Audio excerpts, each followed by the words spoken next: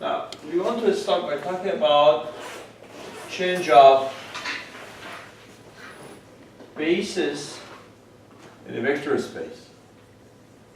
Now, we said that what are bases? Bases are sets of vectors which are spanning the vector space, and these vectors are linearly independent. And we said that by spanning in the vector space means that they all belong to our vector space, and if we are picking up any vector, we can create that vector by linearly adding up all these vectors which are spanning our vector space. However, the bases are not unique. The bases are not unique. If you remember, bases are not unique. For instance, in R3, we can have the famous I, J, K vectors.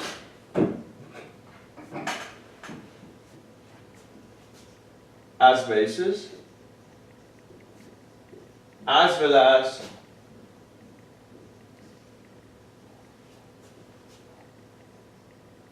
two, 0, minus 1, 0, 1, 1, minus 1, minus 1, 1.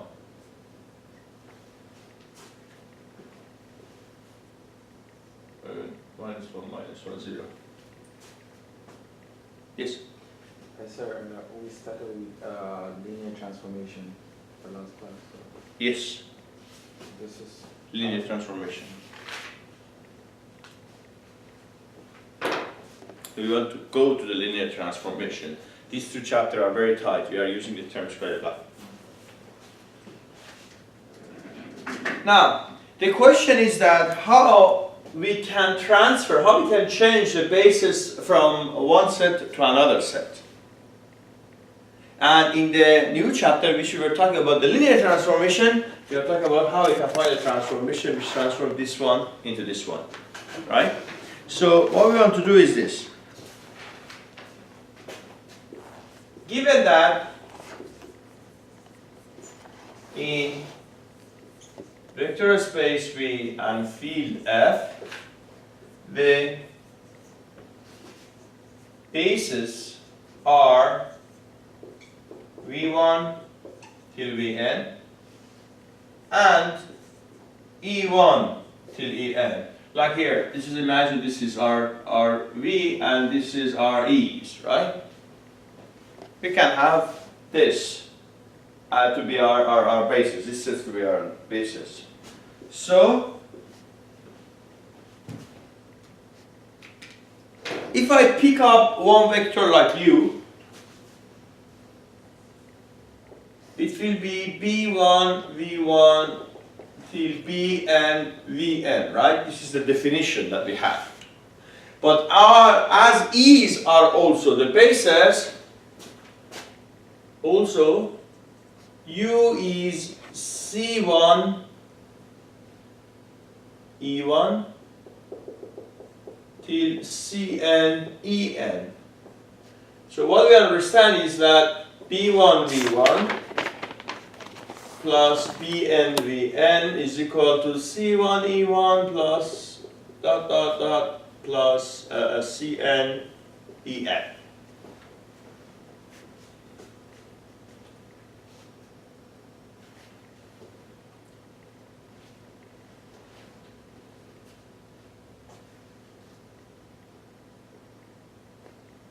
So we can say that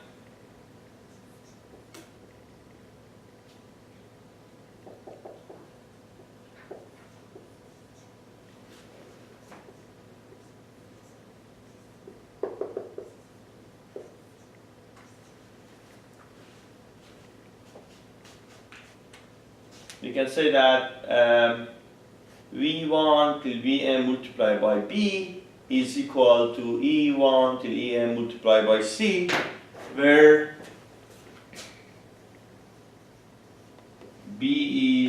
column vector B1 till Bn, and C is the column vector C1 till Cn.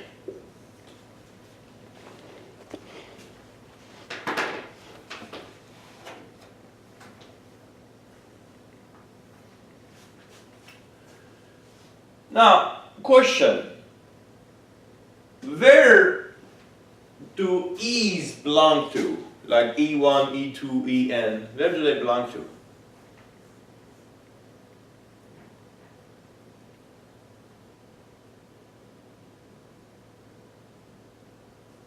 Probably to the vector space. Yeah, exactly. The E is belonging to our V, right? Now, but we know that if we have any vector in V, we can write it as addition of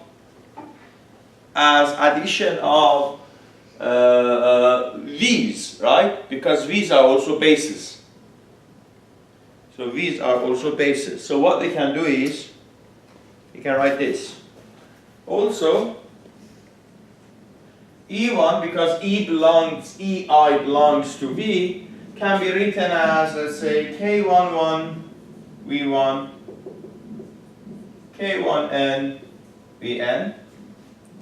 We can do it for all E's, right?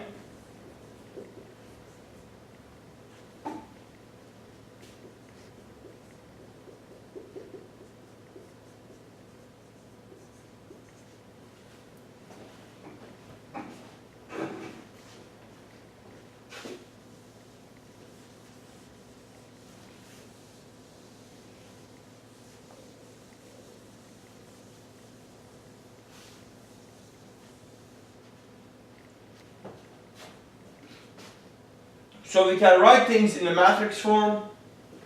Then the column vector V is equal to column vector E is equal to column vector V multiplied by this matrix.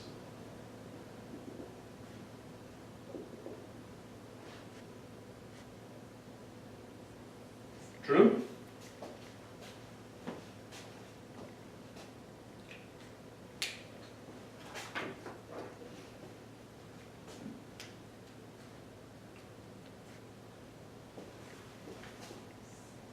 And let's call it K, so we can see that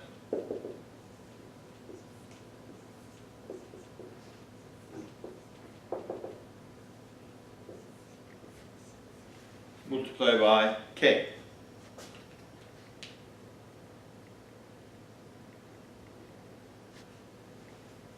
Let's call it equation 2.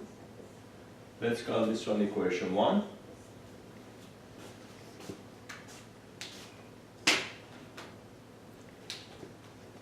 So instead of E1, En in equation 1, I put what I had in equation 2. So I will get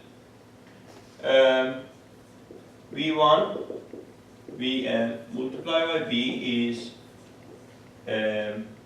instead of E1 till En, I put V1, Vn, K, C.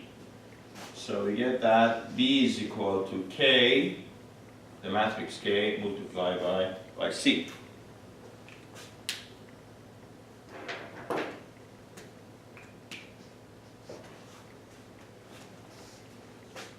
Where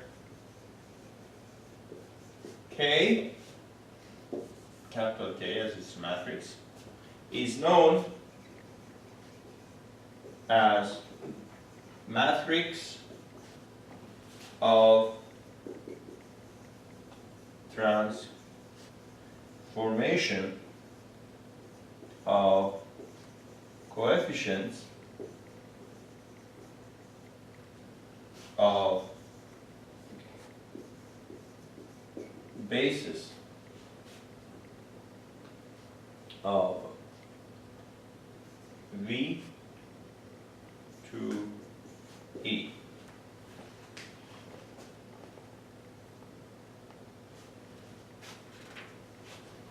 E to V.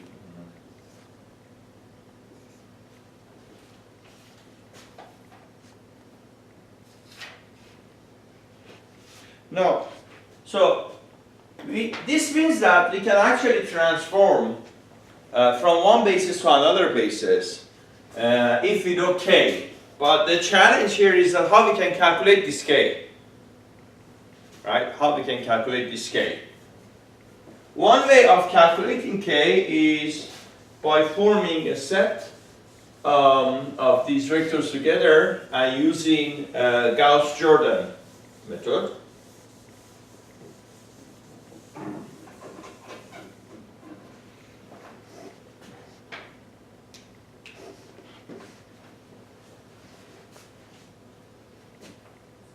We want to do an example, but before that, one way of finding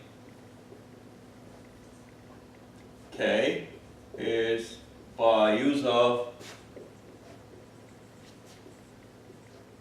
Gauss-Jordan method, and it is like this. If we have V1 till Vn, and here we have E1 till En, if we are converting the V into the I, the E's will be converted to the matrix K. And let's see how we can do that one.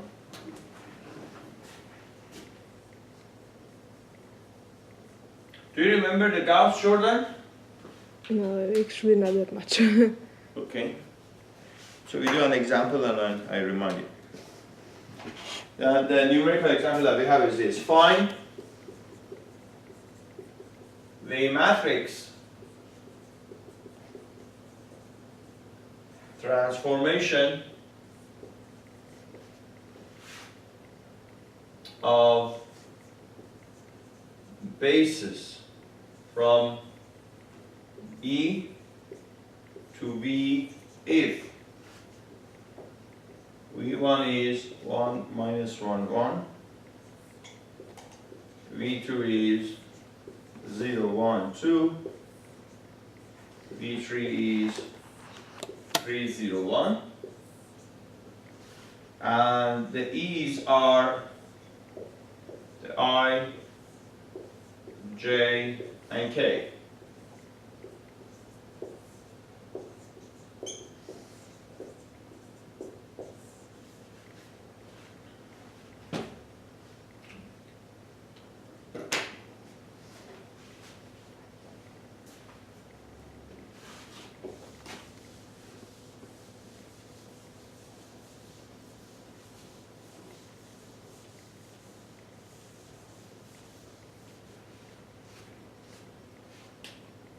So what we were doing is this. Sorry.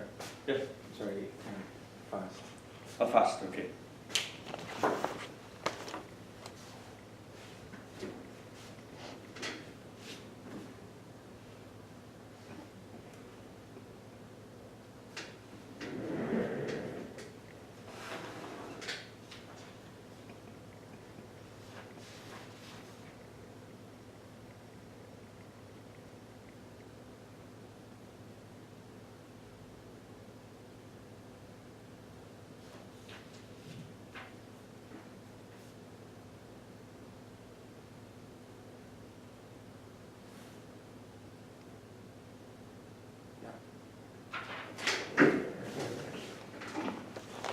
So what we want to do is we will form this one. 1 minus 1, 1. This is the V1.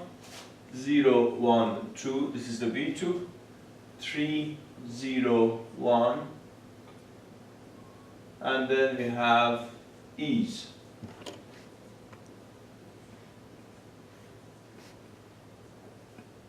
Now, what we have to do, we have to convert the matrix in the left into the unity. Now, what was the Gauss-Jordan? Gauss-Jordan was telling us that we can interchange these rows, right? We can interchange these rows. We can add or multiply each of these rows with number or with each other, or adding them with each other in order to get the unities. So let's start by, adding this to this.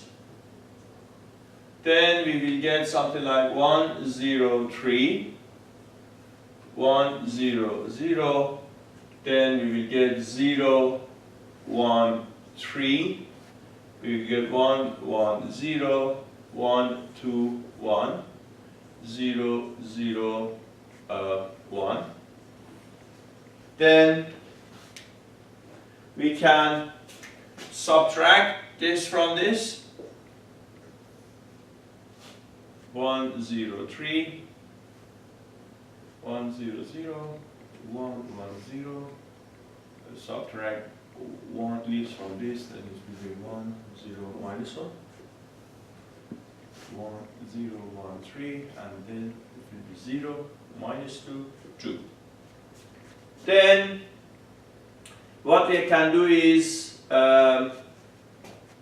we can subtract this from this, like 2 of this, and then add it by this one. So we will get 1, 0, 3, 0, 1, 3, 2 of this, multiplied by this, 2 of this is 6, 8, 2 of this, added to this one, is 3, 2, minus 1. Now, I divide this one by, I multiply this by 1 over 8.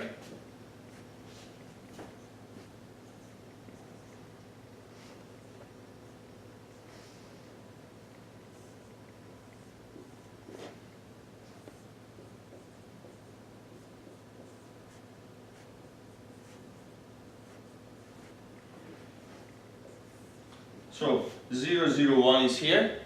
Look, 0, 0, 1 is here. You can do these 2 steps by yourself. What I do is that I multiply this one by minus 3 and I add it with the second column. Then I will have the 0, 1, 0. Then just multiply this one, with minus 3 and also add it with this one. And then you will have 0, 1, 0, 0, 0, 1, 0, 0, 0, 1. And if you do it, we will get out with the results, which is, I don't have the results, but will be there. After this operation, we will get your K. You can do this operation. But you can see that if you multiply this one by minus 3, we are getting rid of these 2 values.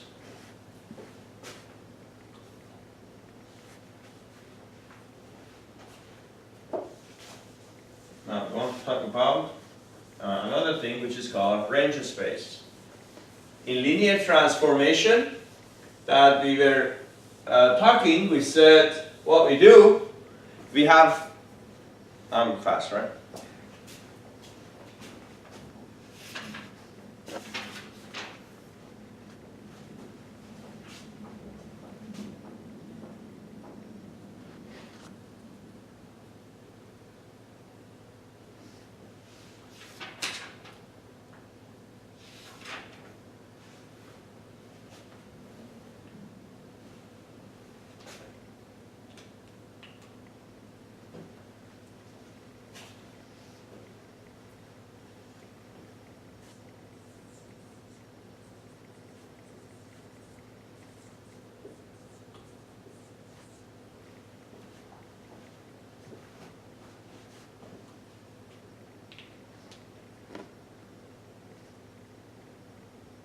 Meanwhile, next week on Wednesday we will have some problem solving.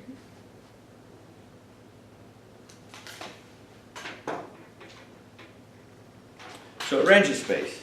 So if you remember in the when we were talking about the linear transformation, we said that we have a domain, and our linear transformation will take something from the domain and we'll take it to another vector space, which we call it a codomain. Okay. Now let's see that what is this range space. range space is a linear transformation.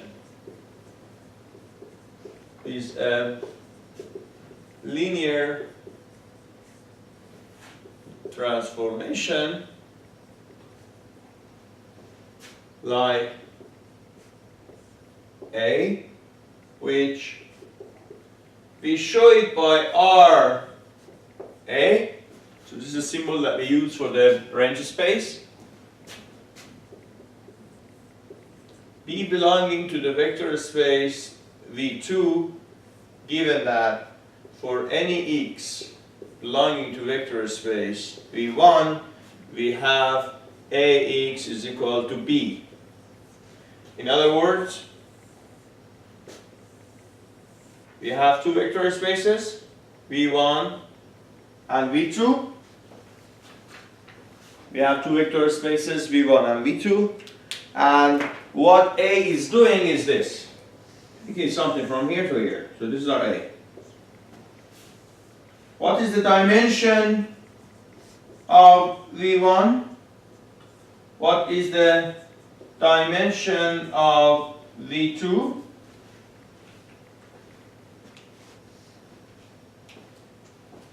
Should they be the same?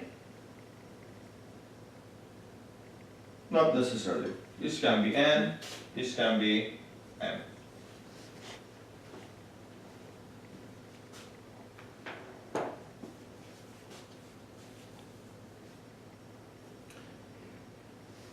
So, there is RA, RA is here.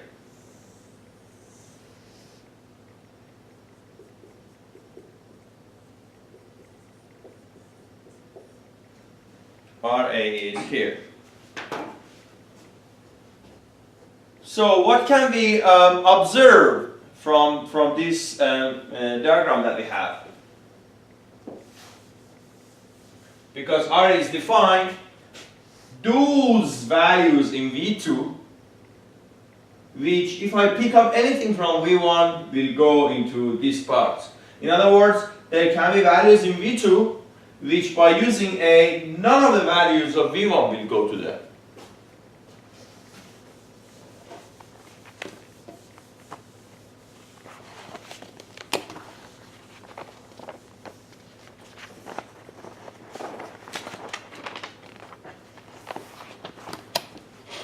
Now our observations and our comments are this. RA is spanned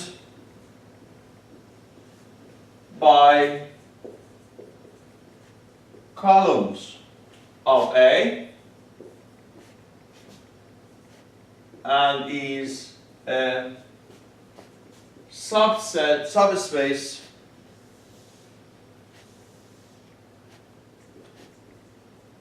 of V2. The dimension of RA is maximum number of independent vectors in RA.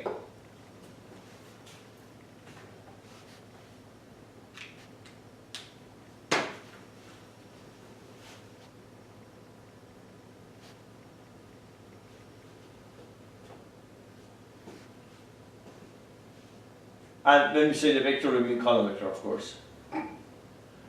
Now, do you know, can you read this sentence, Ike? Can you read this sentence for me in different form? Dimension of RA is number of independent column vectors in RA. In other words, the dimension of RA is what was the number of independent vectors in a matrix?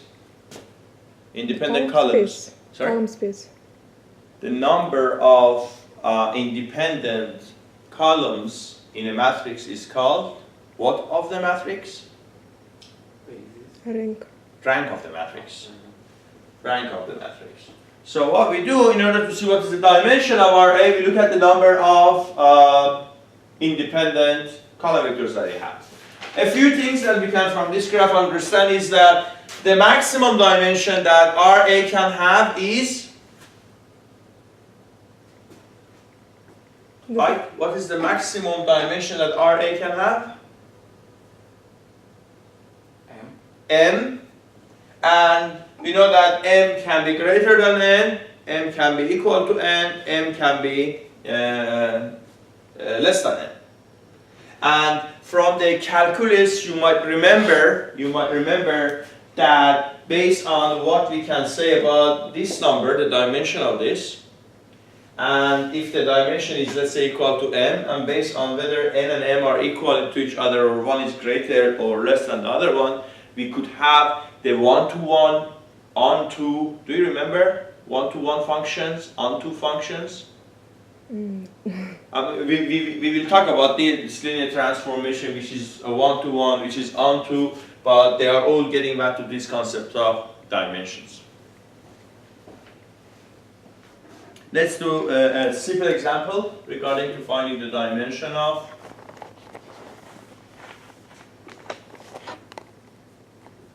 RA. Find the range space. Find the range space of A, given that A is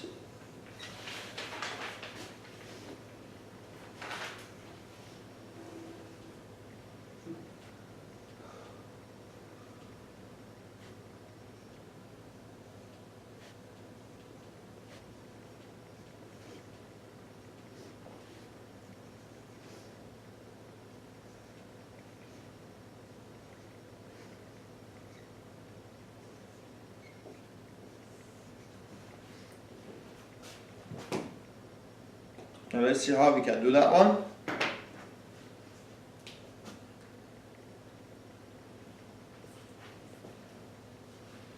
Now, in order to find the range space,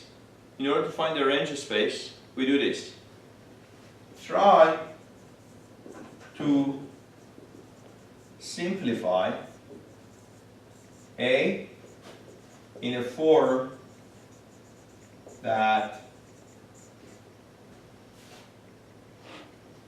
the beginning, in order to, in a form that we are getting ones, if possible, on the main diagonal. Why I say if possible, if not, the first non-zero member in a row should be 1. So we could use this Gauss-Jordan niche method in order to get the ones in the first column, in the main diagonal. If you do that, you will get this.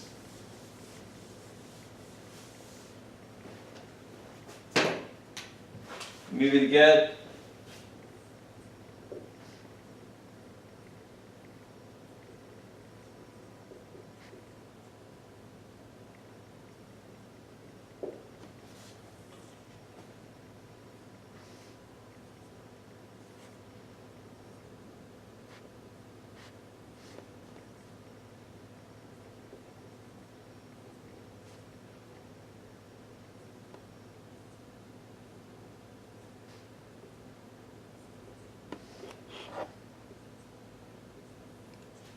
we will get something like this.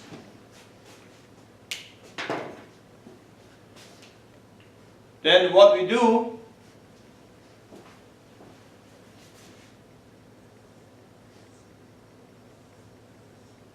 we have the ones in here,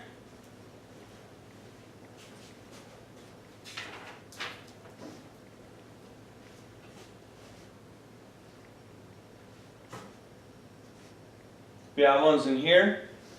And do you know what does it mean? This means that column 3 and 5 are linearly dependent. In other words, column 1, 2, 4 are linearly independent, right?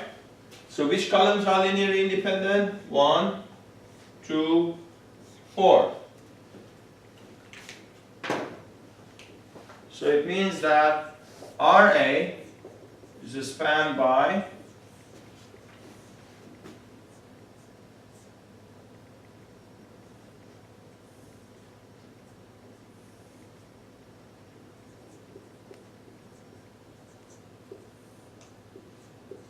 one, 2, and 4.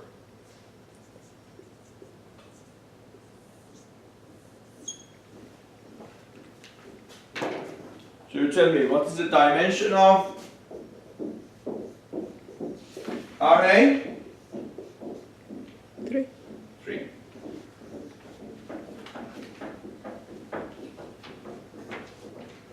Sir, is this matrix is it unique?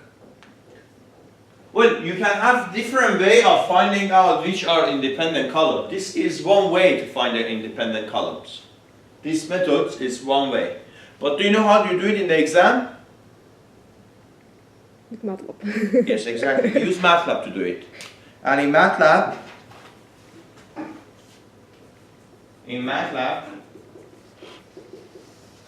you may use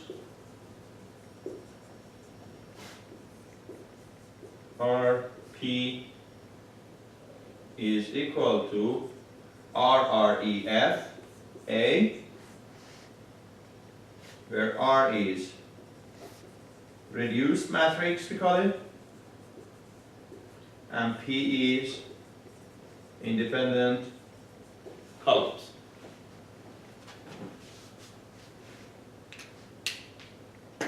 So there are many other ways to find what are the independent columns. The important thing is that you find the independent columns and it spans your RA. And the number of vectors that we have in this is called the dimension of our vector space. I mean the new vector space that we have.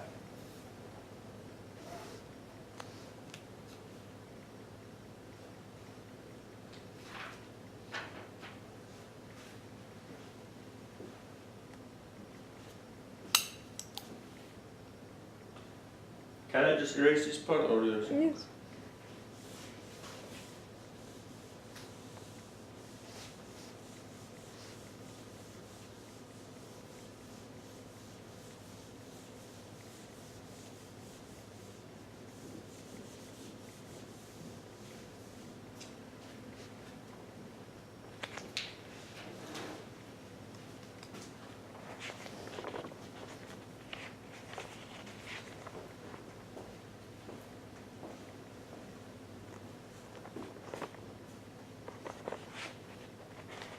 Maybe like the vectors are easy for you to simply see that which vectors are like linearly combination of the other vectors and come up with what are the independent columns that we have.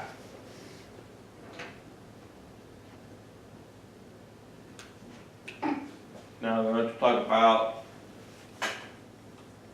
rank and range space.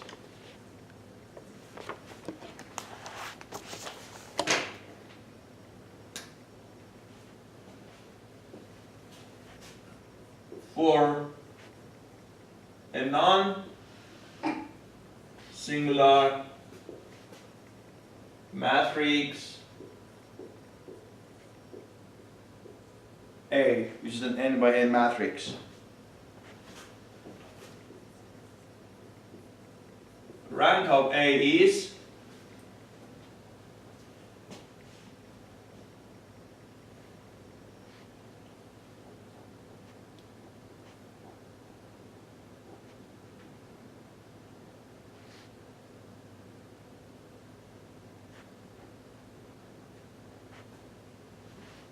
Rank of A is N.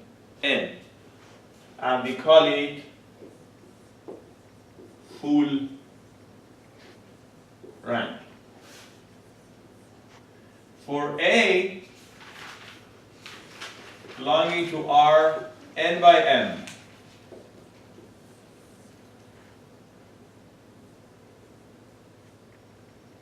what is the rank of A?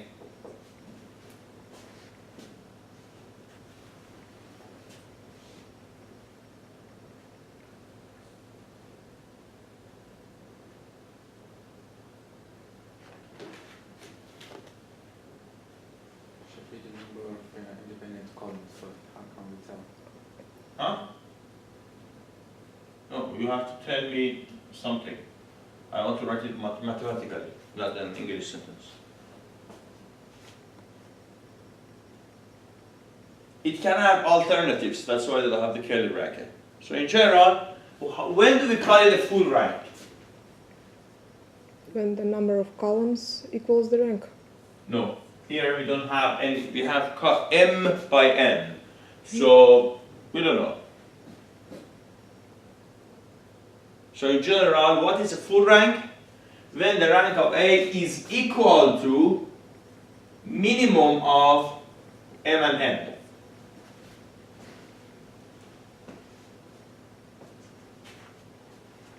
And it can be in a form that rank A is less than minimum of m and n, which we call it rank deficiency.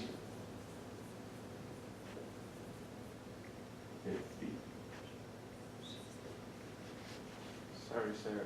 What do you mean minimum of m and n? It means that if the matrix that we have is 3 by 2, the rank of A is this. If it is 2, it's a full rank. If it is less than 2, we have a rank efficiency. Number 3 was actually one statement that we wrote and I asked Ike to translate it in another form.